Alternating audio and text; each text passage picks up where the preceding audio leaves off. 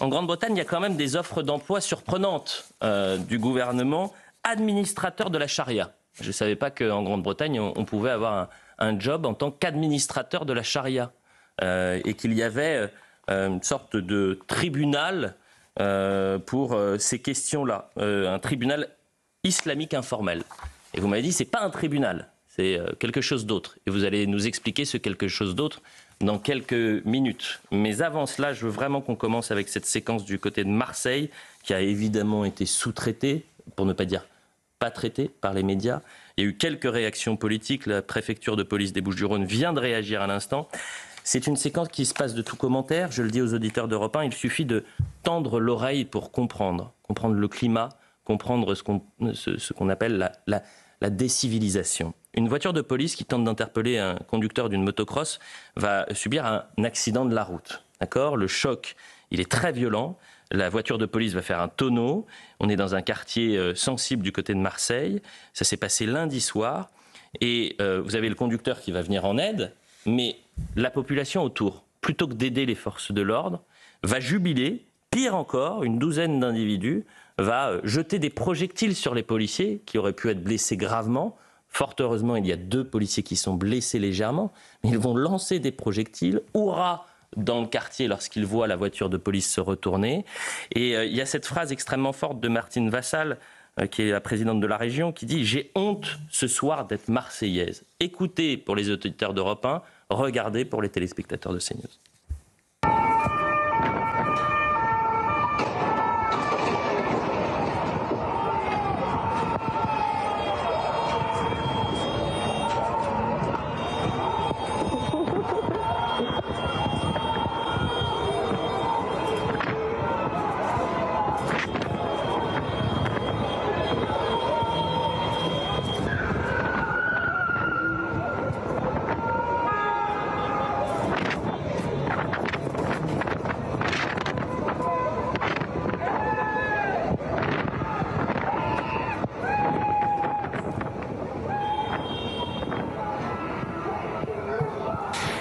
Donc là, c'est très intéressant. Vous voyez donc le conducteur de la voiture aller au contact des policiers pour savoir s'ils vont bien.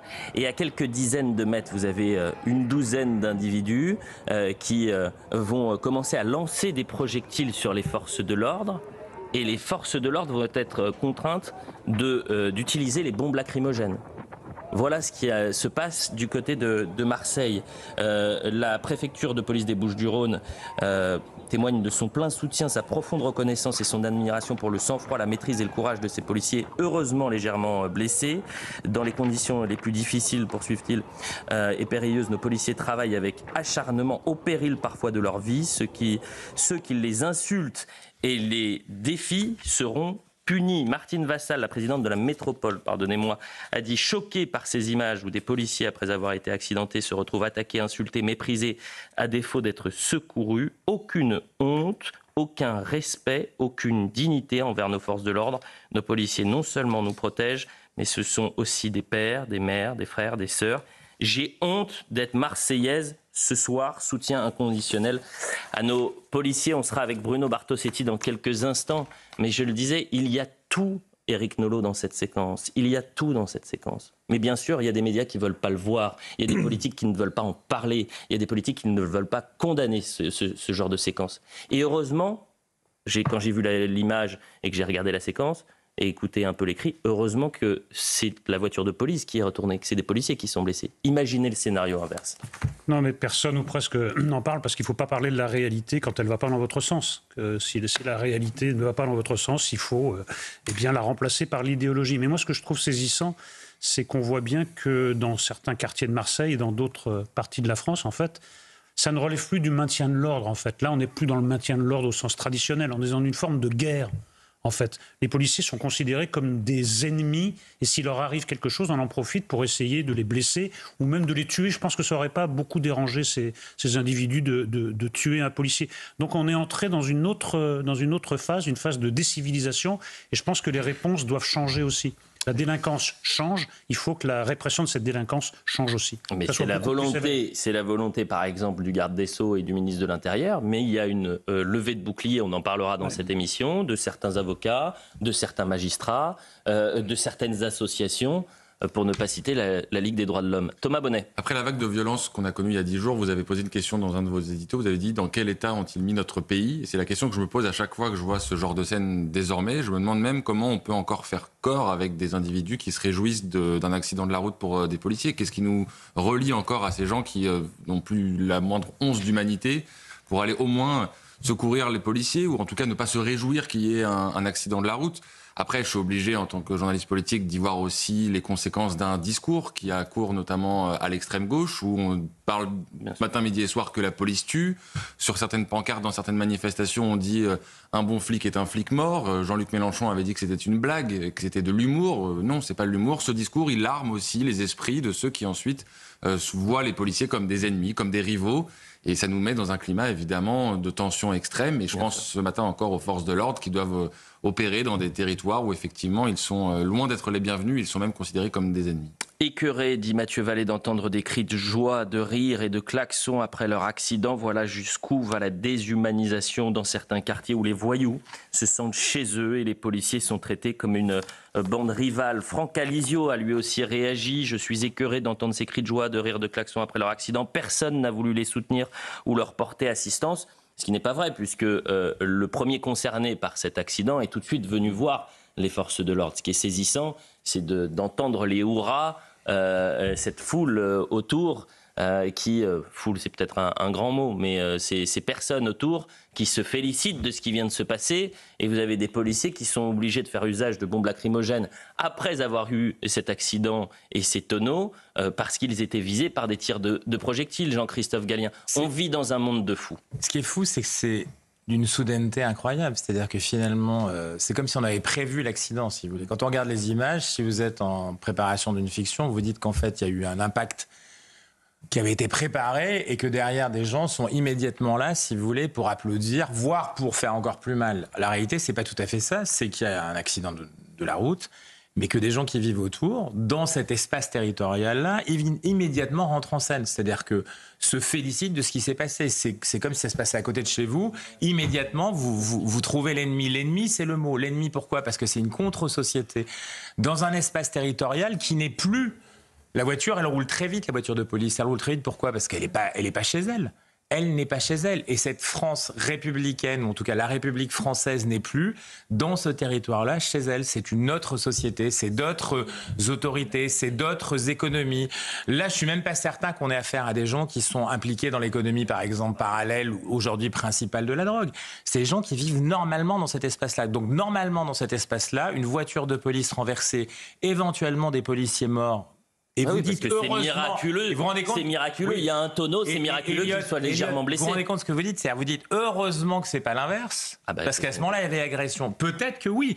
Donc on est dans un espace qui n'est plus, Monsieur Darmanin, il peut vouloir dire ce qu'il veut sur la justice, ça n'est plus régulé par la loi et la pratique, la culture, disons-le clairement, de ce pays, dans ce contexte-là. Alors Marseille, c'est vrai depuis de longues années, mais Éric Nolot le disait tout à l'heure, c'est pas que Marseille. C'est si vous vous promenez dans d'autres villes en France, vous allez à Clermont-Ferrand, vous allez à Nantes, je prends expressément des villes moyennes, si vous voulez. Vous retrouvez aujourd'hui, si vous vous promenez dans l'été, ce que j'ai fait ces derniers jours, en tout cas comme ça, vous êtes terrifié par ce que vous découvrez, ce que vous voyez. On est avec Bruno Bartosetti. Vous découvrez ce que vous voyez partout dans ce pays. Bruno Bartosetti est avec nous. Vous êtes responsable syndical justement dans cette région. Cher Bruno, merci d'être en direct dans l'heure des pros sur Europe 1 et sur CNews. Quand vous voyez cette séquence, que vous entendez les cris de joie des délinquants autour, des lâches autour, qui auraient dû porter assistance, comme l'a fait d'ailleurs le conducteur, le principal concerné, porter assistance aux forces de l'ordre. Qu'est-ce que vous vous dites ce matin, Bruno Bartosetti? Bonjour, déjà merci de faire un sujet sur ce thème, sur cette violence, encore une fois, parce que c'est vrai que c'est parlant lorsqu'on voit une vidéo, mais c'est notre quotidien. Alors, pas exactement dans ces circonstances, mais régulièrement nous sommes accueillis, tout comme les marins-pompiers, tout comme d'autres services publics, mais nous en particulier, nous sommes accueillis avec des projectiles, des tirs de mortier. Et on voit surtout, ça a été souligné, que ça a été spontané. C'est-à-dire, ça aurait été un guet-apens, on pourrait comprendre que des jeunes se retrouvaient autour pour nous accueillir ainsi, mais spontanément, eh bien, on s'en prend aux policiers après un accident, alors que même si mes collègues sont légèrement blessés, fort heureusement, eh bien, la situation aurait été bien plus grave. Vous savez, vous avez en France 14 000 policiers blessés par an. Il n'y a aucune profession qui peut revendiquer un tel chiffre. Et c'est notre quotidien. Et c'est notre quotidien de se retrouver dans des quartiers où on est pris comme ça, pour cible, très rapidement, et juste après un accident où, comme vous le soulignez également, on aurait dû venir à notre secours. Mais c'est très important de retenir également que la grande majorité des Marseillais nous soutiennent. Hein. On est quand même dans un microcosme, là, dans ce lieu, où bien évidemment, le policier, eh bien, c'est un ennemi. C'est pas un policier, c'est pas un représentant de l'État, c'est un ennemi. C'est un martien, c'est quelqu'un qui vient polluer la vie de ceux qui tranquillement ont envie soit de dealer, soit d'être œuvrés à eux-mêmes, soit de faire du rodéo urbain. Voilà notre quotidien, on le vit. Mais je soulignerai également, si vous le permettez, je suis un peu long, mais vous imaginez les familles de policiers qui découvrent ces images dans les réseaux sociaux et à qui on apprend votre mari ou votre femme est hospitalisé parce qu'ils ont été hospitalisés, même s'ils sont blessés légers à la sortie. Votre mari a été hospitalisé. Vous imaginez le choc psychologique et des collègues et des familles lorsque on peut voir de telles images. C'est très important de rappeler ça, bien évidemment, et c'est ce que disait Martine Vassal dans son tweet. Les policiers sont des pères, des mères, des frères, des sœurs. Et Martine Vassal qui a Marseille chevillée au corps et au cœur, Martine Vassal qui dit « J'ai honte ce soir d'être marseillaise quand on voit de telles images et une telle séquence ». Moi, ce qui me perturbe également, Bruno Bartosetti, et je le disais à Éric Nolot, heureusement qu'on est dans ce scénario-là. Heureusement que ça n'est pas le scénario inverse, c'est-à-dire la voiture de police qui vient percuter une autre voiture qui fait ce fameux tonneau. Imaginez le traitement médiatique, imaginez ce qu'on aurait pu dire ce matin et les conséquences d'une telle situation. On sait que le moindre élément peut mettre le feu dans certains quartiers lorsque les policiers interviennent. Oui, tout à fait. En plus, c'est bien souvent alimenté par une partie de la classe politique qui se serait déchaînée, bien sûr, en expliquant qu'on prenait tous les risques, qu'on était là pour tuer, et puis on aurait donné du crédit finalement à une partie de la population qui s'en serait pris après nous, et puis on aurait expliqué, voilà, vous comprenez pourquoi cette population n'aime pas sa police, etc., etc. Voilà, parce qu'après ça aurait pris une dimension politique, et ces mêmes politiques aujourd'hui, même sur un plan humain, ne s'exprimeront pas. Et heureusement que vous êtes là pour le faire, parce que nous sommes des hommes, nous prenons notre service pour le service public, pour les victimes. Notre travail a un sens, et nous sommes victimes bien souvent de ces réseaux sociaux et de ces politiques qui s'acharnent contre leur police pour pouvoir s'en servir en période électorale. Et on va avoir des années difficiles, justement parce qu'on va se retrouver dans cet étau, encore une fois, du monde politique, et on va être bousculé dans tous les sens. Et la moindre erreur, même s'il n'y a pas erreur, tout est repris. On intervient toutes les 10 secondes en France. Toutes les 10 secondes, vous avez une intervention de police. Eh bien, la moindre faille, elle va être reprise sur l'échiquier politique. Merci pour votre témoignage ce matin, Bruno Bartosetti. Moi, je serais curieux de savoir ce qui pourrait se passer pour la douzaine d'individus de lâches qui n'ont pas porté assistance. On est sur une non-assistance à personne en danger, rien. Céline Pina.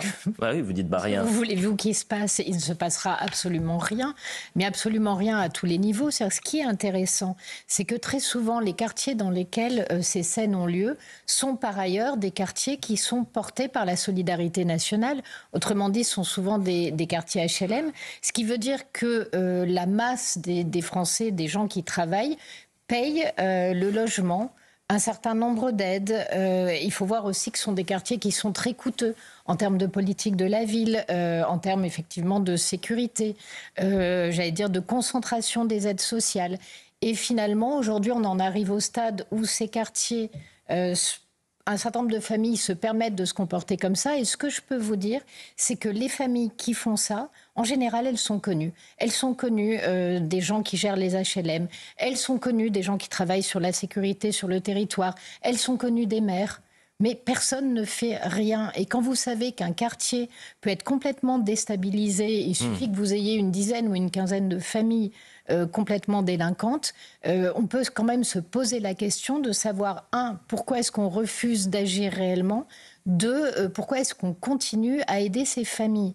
Et le discours qu'on vous dit en général, c'est de dire oui, mais s'il y en a un qui est délinquant et qu'on sanctionne toute la famille par la perte du logement, c'est injuste. Non, ça n'est pas injuste. C'est-à-dire qu'à un moment donné, votre capacité à éduquer, à vous comporter correctement, elle est aussi collective, elle est aussi familiale.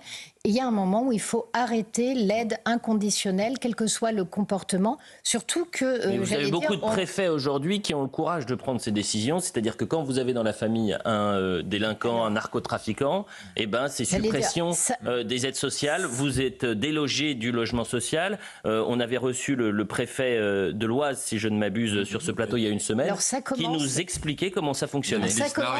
David Lisnard le propose également. C'est que ça dépend vraiment de la volonté sur le territoire et que si on fait de la publicité à chaque fois qu'on vire un délinquant, c'est bien parce que ça arrive pas souvent. Une petite précision quand même, moi je veux pas intégrer tout le quartier et tous les habitants de ce quartier parce qu'ils en ont ras-le-bol. Et d'ailleurs, si je ne dis pas de bêtises, je suis allé voir qui avait été élu par exemple aux législatives, c'est pas dans ce quartier-là, dans cet arrondissement, un élu La France Insoumise. C'est pour ça que je vous parlais d'une dizaine de familles. C'est un élu UDR, donc c'est un élu de droite. Qu'une dizaine de familles suffisent à basculer un quartier. Jurisprudence Marie-Hélène Toraval, la maire de Romans-sur-Isère, qui avait dit c'est une dizaine de familles racaillisées en quelque sorte, qui pourrissent la vie de tout le quartier à Romans-sur-Isère. Elle a eu le malheur de dire ça, elle a été menacée de mort, elle a été attaquée par les médias, et elle a été attaquée par une partie de la population. Éric Nolot. Moi, je veux bien que ça soit une dizaine de familles ou quelques individus, mais enfin... Force est de constater qu'il y a des quartiers qui ont fait sécession. Le problème est systémique, vous avez raison. Donc vous pouvez taper sur les dizaines de familles. En réalité, il y a tout un écosystème qui s'est développé autour. Et ces gens vivent en marge de la société, en marge de la République, en marge de la France. Donc vous pouvez taper sur quelques individus. Tout le système, ce sera très très dur à réformer. C'est ça le plus inquiétant. Et voilà ce qu'on pouvait dire sur ce sujet. Soutien bien évidemment aux forces de l'ordre. Et encore une fois, ce qui est désespérant, c'est que ce matin, qui aura le courage de montrer ces images? Qui aura le courage de les dénoncer? Je n'ai pas vu de réaction, par exemple, du maire de Marseille. Et je suis très surpris parce que le maire de Marseille, Benoît Payan, est attentif aux questions de sécurité. Donc peut-être qu'il va réagir. Il finira par réagir. C'était il y a 2 jours, pardonnez-moi, Thomas Bonnet. C'était lundi soir. La médiatisation était assez faible. Vous allez me dire, on a un président de la République qui réagit quelques semaines après quand il y a des actes d'antisémitisme. Il est quand même très ambigu sur les questions de sécurité, Benoît Payan. Enfin, tous les cas, il ne faut pas exagérer. Parlons du Royaume-Uni à présent. C'est très intéressant puisque le Royaume-Uni va reconnaître l'État de Palestine en septembre, sauf si Israël prend un certain nombre d'engagements, dont celui d'un cessez-le-feu dans la bande de Gaza. Le Royaume-Uni suit donc les traces de la diplomatie française et d'Emmanuel Macron. Jérémy Stubbs, vous êtes britannique, si vous êtes avec nous, c'est aussi pour parler de ça. Michel Fayad, bien sûr, vous qui êtes géopolitologue, je voudrais qu'on écoute Keir Starmer. Aujourd'hui, je peux confirmer que le Royaume-Uni reconnaîtra l'État de Palestine en septembre, à moins que le gouvernement israélien ne prenne des mesures substantielles pour mettre fin à la situation épouvantable à Gaza. Il doit s'engager à ne pas annexer la Cisjordanie et accepter un processus de paix à long terme visant une solution à 2 États. Et je me tourne vers vous, Michel Fayad, et je me tourne vers vous, Jérémy Stubbs, mais d'abord priorité aux Britanniques, mais Français de cœur peut-être. Certainement. Jérémy Stubbs, comment vous décodez le fait que Keir Starmer impose des conditions seulement à Israël pour la reconnaissance de l'État de Palestine? Mais c'est évidemment une erreur énorme, c'est pire que ce que fait M. Macron, parce que ça oblige Israël d'organiser un cessez-le-feu sans qu'il y ait aucune pression sur le Hamas. Et c'est peut-être une erreur intellectuelle de sa part, mais il faut dire que Keir Starmer a pris cette décision en général parce qu'il subit une pression énorme de la plupart de ses propres députés et de ses propres ministres. Parce qu'à gauche, la doctrine, le dogme, c'est que Israël a toujours tort.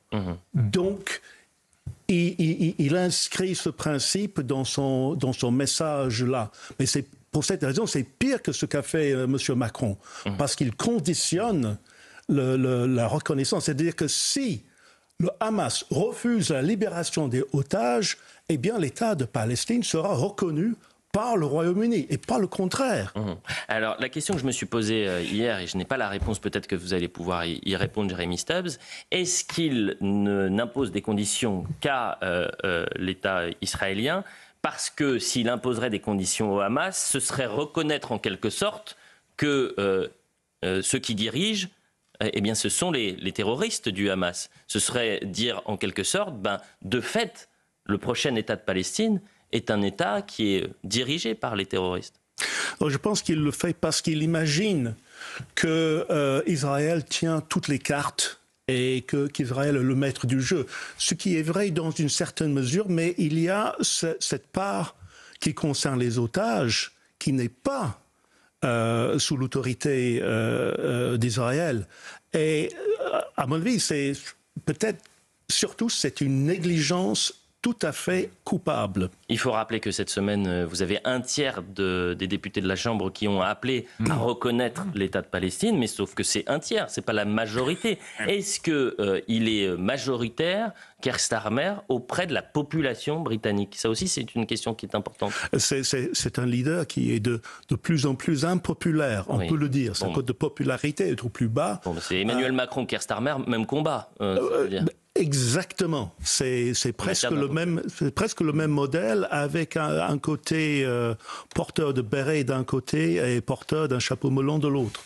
Je me tourne vers vous, Michel Fayet. Vous êtes analyste politique et vous êtes franco-libanais. Comment vous, le politologue que vous êtes, l'analyste politique, comment vous expliquez ces décisions, en tous les cas ces prises de position d'un côté français, de l'autre donc britannique, mais on sait qu'il y a une grande prudence pour les Allemands, grande prudence aussi du côté des Italiens et des aveux complets du côté des États-Unis. Moi, je pense qu'il y a beaucoup de soumission envers les pays du Golfe, l'Arabie Saoudite, le Qatar, les Émirats Arabes Unis et même un peu la Turquie, qui joue énormément en termes d'influence et de lobbying un peu partout aux États-Unis, en Europe et notamment en France, en Grande-Bretagne. Mais il y a des événements qui se sont passés dont on parle peu dans les médias. C'est comme par exemple la déclaration il y a 2 jours du chef du Hamas, donc Khalil al-Hayya, qui a dit qu'il voulait continuer le combat quel qu'en soit le prix. Là, on ne l'a pas relayé dans les médias en France, mais quand on parle de démilitarisation, on parle de famine ou de génocide, je ne sais quoi. Et de l'autre côté, vous avez le chef du Hamas qui passe à la télévision et qui dit « continuez le combat, quel qu'en soit le prix ». C'est quand même important. Ensuite, on a un sondage qui a été fait dans les territoires palestiniens, donc la Cisjordanie et la bande de Gaza, un sondage qui a été fait par une institution indépendante palestinienne basée à Ramallah et qui nous donne le Hamas en tête des élections si des élections avaient lieu demain. Donc ça, je peux vous les remettre. Non, mais officiel. Bien sûr, mais c'est très intéressant puisque ce sont des informations qui ne sont pas traitées dans les médias français. Voilà. Donc ce sont des éléments que vous nous apportez, ce sont les vôtres bien sûr, il faudra les creuser bien sûr. Ensuite, je rappelle qu'il y a eu une plainte il y a quelques années en France contre Yasser Arafat et Mahmoud Abbas, parce qu'à l'époque, Yasser Arafat était le président de l'autorité palestinienne et Mahmoud Abbas était son premier ministre. Et la plainte qui était en France avait été faite avec l'aide d'ONG en Cisjordanie et dans la bande de Gaza, mais sans le soutien du gouvernement israélien. Et cette plainte visait donc Arafat et Abbas pour avoir versé des primes aux familles des terroristes et de continuer à le faire, d'utiliser les fonds européens, américains et de l'ONU pour financer un enseignement antisémite et pour avoir tué plus d'Israéliens depuis les accords d'Oslo qu'avant.